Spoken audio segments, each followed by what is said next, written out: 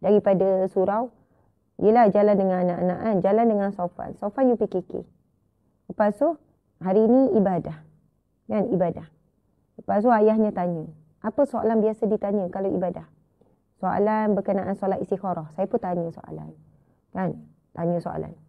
Okey, apakah hikmah solat istikharah? Apakah fadilat solat istikharah? Dia jawab, solat istikharah akan membawa ataupun solat istikharah akan memberikan jiwa yang tenang. Cuba cari Nabi, bagaimana Nabi beramal dengan solat istikharah. Memberikan jiwa yang tenang. Lepas tu saya tanya lagi Sofan, apa kaitan jiwa yang tenang dengan solat istikharah, Sofan? Apa kaitan? Dia kata, yelah solat, jiwa kita akan tenang. Saya kata, apa maksud solat istikharah? Dia boleh jawab, dia kata solat untuk buat keputusan. Solat untuk buat pilihan. Solat kita bertanya, kita minta dengan Allah petunjuk untuk buat keputusan dan untuk buat pilihan. Saya kata, itulah kaitannya. Bila kita dalam persimpangan untuk buat keputusan, untuk buat tindakan, untuk buat pilihan. Kita buat solat sunat istikharah. Jadi, sebelum solat, sebelum kita buat pilihan, kita dah tenang. Semasa buat pilihan pun tenang. Dan selepas buat pilihan pun tenang. Sebab ada orang sebelum susah hati macam mana ni, aku tak tahu mana satu ni, aku salah buat keputusan, bla bla bla bla, kan aku bla bla bla bla. Buat solat istikharah. Minta petunjuk daripada Allah. Lepas tu semasa buat keputusan, ada orang dah buat keputusan dah buat pilihan. Betul tak duk tanya lagi, susah hati. Bila terbiasa ikut sangat, resah gelisah tu, hidup kita dah resah gelisah selalu. Lepas tu, yang ketiga, ada orang dah buat keputusan dah mikir dah buat keputusan dah. Lepas tu, susah hati. Dah lepas buat dah ni. Duk mikir lagi. Dan antara kelebihan fadilat istikharah tuan-tuan sekalian adalah sekiranya selepas kita buat keputusan. Selepas kita buat keputusan, hasil dia tak seperti mana yang kita nak. Hasilnya tak seperti mana yang kita bayangkan. Hasilnya, aku dah buat istikharah hari tu. Kenapa macam ni? Sebab apa? Ramai pula cakap, tulang kau, aku dah cakap, kau patut ni, sekarang ni. Sebenarnya orang yang dah buat istikharah, dia akan juga tenang. Walaupun keputusan, tindakan, pilihan yang dibuat, dilihat salah pada awalnya. Dilihat, kalaulah aku buat ni. Tak. Orang yang buat istikharah, dia tetap tenang.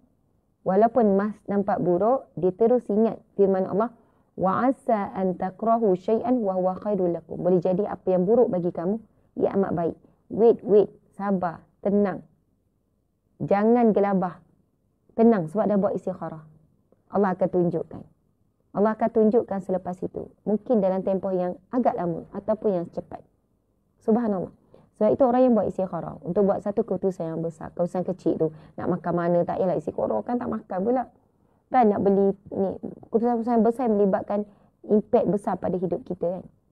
Nak terima tak pekerjaan ni? Nak belajar mana? Ada 2 tawaran universiti. Itu kena buat istikharah. Pasal jodoh kena buat istikharah. Berkenaan keputusan besar yang melibatkan kerugian dan keuntungan syarikat. Buat istikharah. Nak buat tak kerjasama ni? Buat istikharah. Contoh. Benda-benda besar yang akan makan masa yang lama. Subhanallah. Kalau kita tengok pasal istikharah. Tuan-puan muslimin muslimat dimati Allah sekalian ya. Hadis riwayat Tirmizi. Bahawa hadis ini bertaraf hasan. Sahih. Gharib. Baik.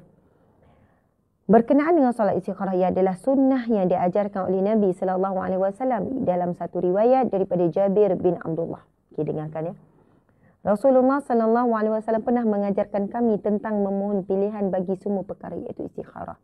Seperti mana baginda mengajarkan kami surah daripada Al-Quran. Baginda bersabda. Ini sabda Nabi berkaitan dengan surah istikharah.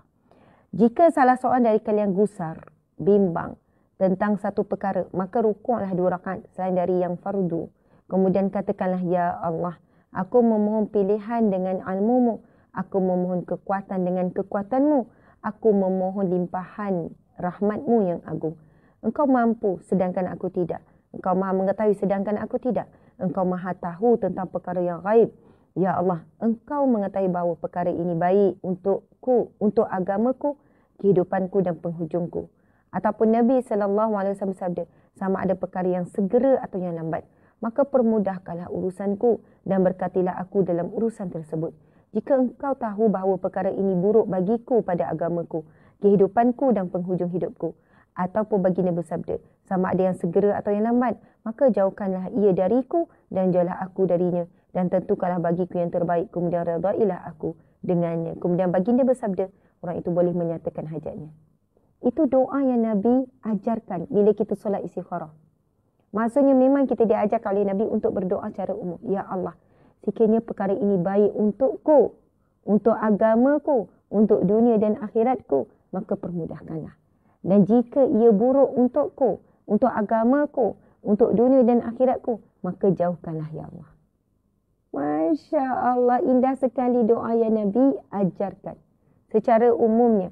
Tetapi memuji Allah dulu. Ya Allah, aku memohon pilihan dengan ilmu-Mu.